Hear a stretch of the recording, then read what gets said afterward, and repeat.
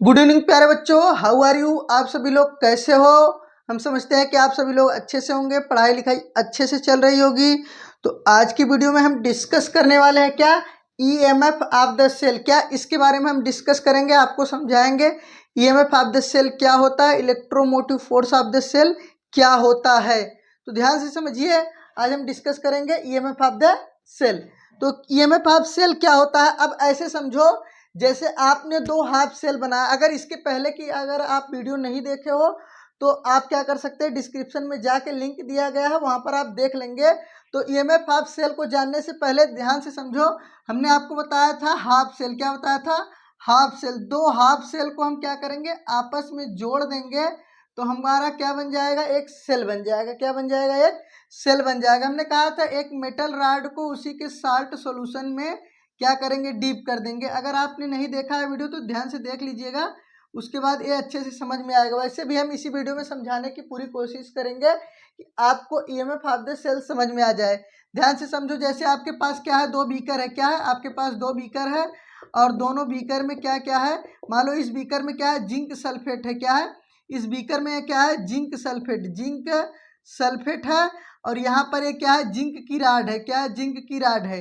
अगर zinc sulphate में zinc की राड को डीप कर देंगे तो ये हमारा बन गया हाफ सेल। क्या बन गया, हाफ सेल।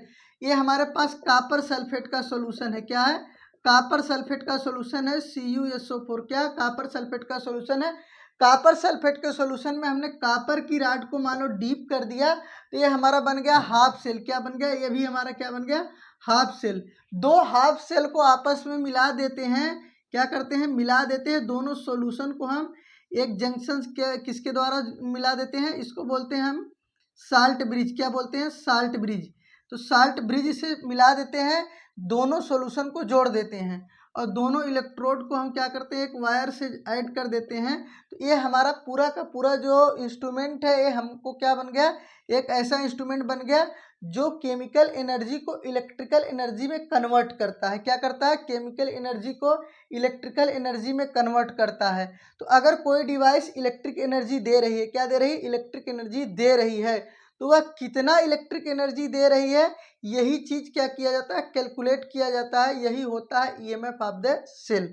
अगर आपने कोई भी सेल बनाया है, क्या है, कोई भी सेल बनाया है, वह कितने वोल्ट, क्या वह कितने वोल्ट करंट दे रही है, वही होता है ईएमएफ ऑफ द सेल। क्या कोई आपने सेल बनाया, वह कितने वोल्ट करंट देती है, वह चीज होती है ईएमएफ ऑफ द सेल।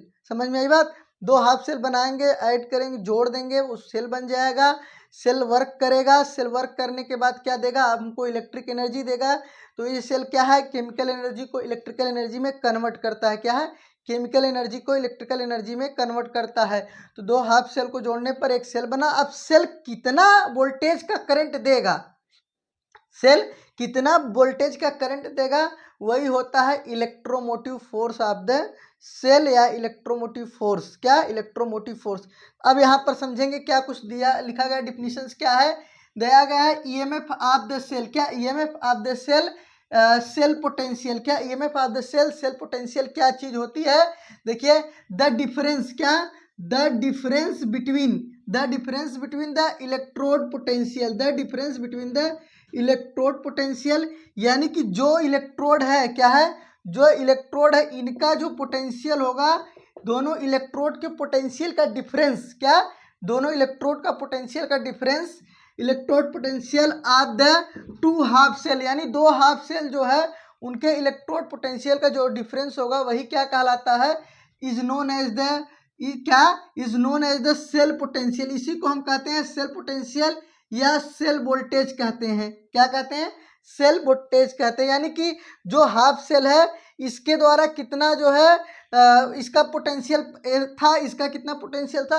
दोनों हाफ सेल के पोटेंशियल का जो डिफरेंस निकालते हैं वही हमारा क्या होता है, ईएमएफ ऑफ द सेल, या कहा जाता है सेल पोटेंशियल। क्या कहा जाता है, सेल पोटेंशियल। देखो ईएमएफ को आप या तो स्मॉल लेटर में लिख सकते हो या तो आप कैपिटल लेटर में लिख सकते हो, लेकिन जब भी लिखना तो क्या करना, तीनों लेटर को सेम लिखना। क्या, तीनों लेटर को सेम लिखना, कोई भी गलत नहीं है, चाहे आप कैपिटल लेटर में लिखो चाहे आप स्मॉल लेटर में लिखो। बात समझ में आ गई। इसके आगे ध्यान से समझो, व्हेन कंसंट्रेशन, यानी कि हम कब बात कर रहे हैं ईएमएफ ऑफ सेल की, when concentration of the both half cell, यानी कि जब दोनों कंसंट्रेशन दोनों हाफ सेल का क्या हो, कंसंट्रेशन इज यूनिटी, क्या हो, यूनिटी, यानी 1 मोलर हो, क्या हो, 1 मोलर हो, क्या, 1 मोलर एट 25 डिग्री सेल्सियस, यानी 25 डिग्री सेल्सियस टेम्परेचर हो और कंसंट्रेशन 1 मोलर हो, और उसके बाद या फिर 298 केल्विन, तो इसको हम निकालते हैं ई स्टैंडर्ड सेल, क्या, ई स्टैंडर्ड सेल। देखो अगर टेम्परेचर प्रेशर, क्या, टेम्परेचर प्रेशर कंसंट्रेशन की बात हम कर रहे हैं, टेम्परेचर हमारा क्या है 25 डिग्री सेल्सियस है, कंसंट्रेशन क्या है 1 मोलर है, क्या है 1 मोलर है, और प्रेशर हमारा क्या है 1 atm है, तो ऐसे कंडीशन को हम बोलते हैं स्टैंडर्ड कंडीशन। हमारे इलेक्ट्रोकेमिस्ट्री में उसको कहा जाता है स्टैंडर्ड कंडीशन, यानी टेम्परेचर क्या हो 25 डिग्री सेल्सियस हो, प्रेशर 1 atm हो और कंसंट्रेशन 1 मोलर हो, तो ये हमारा स्टैंडर्ड कंडीशन कहा जाता है। अगर हमारे पास स्टैंडर्ड कंडीशन है तो हम ई के ऊपर क्या लगाते हैं, एक छोटा सा जीरो लगा देते हैं, तो यही शो करता है जो हमारा कंडीशन है वो क्या है, स्टैंडर्ड कंडीशन है, क्या है, स्टैंडर्ड कंडीशन है। तो E standard cell is equal to E cathode minus E anode, यानी कि अब हम क्या करेंगे, E cathode minus E anode, यानी कैथोड पर जितना पोटेंशियल है उसमें से एनोड के पोटेंशियल को क्या करेंगे, घटा देंगे, क्या करेंगे, घटा देंगे, सब्ट्रैक्ट कर देंगे, तो वो हमको मिल जाएगा सेल पोटेंशियल, क्या मिल जाएगा, सेल पोटेंशियल। ध्यान से देखिए, those electrode potential which has the higher value of SRP, यानी ऐसा इलेक्ट्रोड, क्या, ऐसा इलेक्ट्रोड जिसका स्टैंडर्ड रिडक्शन पोटेंशियल क्या हो, ज़्यादा हो, जिसके स्टैंडर्ड रिडक्शन पोटेंशियल की वैल्यू ज़्यादा हो, उसको कैथोड पर लिया जाएगा, क्या लिया जाएगा, कैथोड पर लिया जाएगा। देखो दो एक होता है ऑक्सीडेशन पोटेंशियल, एक होता है रिडक्शन पोटेंशियल, ठीक।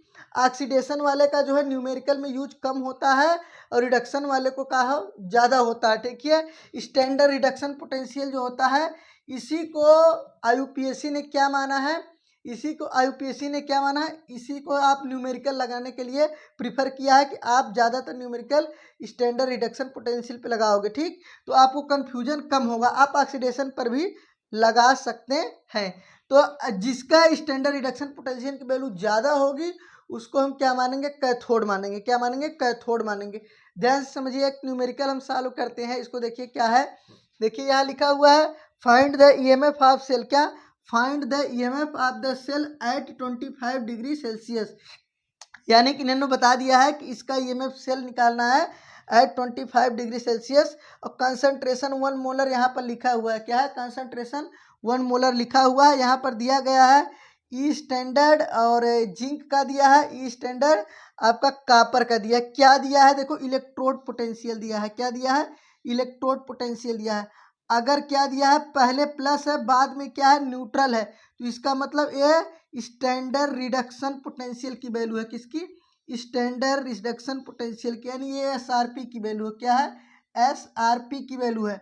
और यहाँ पर अगर इस तरीके से दिया है, पहले न्यूट्रल है बाद में चार्ज है, तो यह क्या है, स्टैंडर्ड ऑक्सीडेशन पोटेंशियल, क्या, स्टैंडर्ड ऑक्सीडेशन पोटेंशियल की वैल्यू है।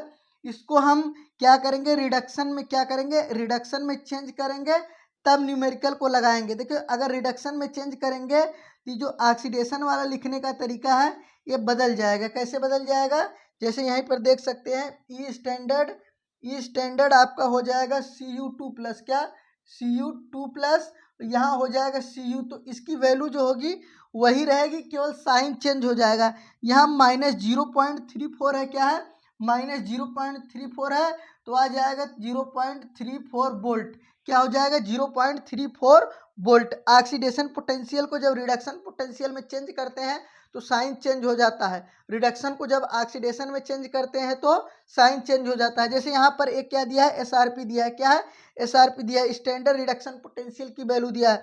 अगर ये ऑक्सीडेशन में अगर इसको हम कन्वर्ट करेंगे तो लिखने का तरीका ऑक्सीडेशन का चेंज हो जाएगा, और क्या हो जाएगा, देखो इसका लिखने का तरीका क्या हो जाएगा, ई स्टैंडर्ड, ध्यान से जो ई स्टैंडर्ड है जिंक, जिंक डबल प्लस, और ये जो दिया है -0.76, यही हो जाएगा +0.76 वोल्ट, तो ये हो जाएगा, ये यहाँ पर रिडक्शन है, यहाँ पर हो जाएगा स्टैंडर्ड ऑक्सीडेशन पोटेंशियल। तो हमको क्या करना है, दोनों स्टैंडर्ड रिडक्शन पोटेंशियल में करके हम करेंगे क्या, दोनों स्टैंडर्ड रिडक्शन पोटेंशियल में करके करेंगे। तो हम क्या करते हैं, देखो यहाँ पर हमको दोनों वैल्यू स्टैंडर्ड रिडक्शन पोटेंशियल में मिल गई है। ये देखिए यहाँ पर जिंक का मिल गया है, यहाँ पर क्या है, कॉपर का मिल गया है। इसमें आपको देखना है कौन कैथोड मानेंगे, किसको हम कैथोड मानेंगे, किसको हम एनोड मानेंगे, किसको हम कैथोड। देखिए इसकी वैल्यू है 0.34, क्या है 0.34, और इसकी वैल्यू है -0.76, क्या है -0.76, -0.76 क्या है, कम है, क्या है -0.76 कम है, 0.34 ज़्यादा है।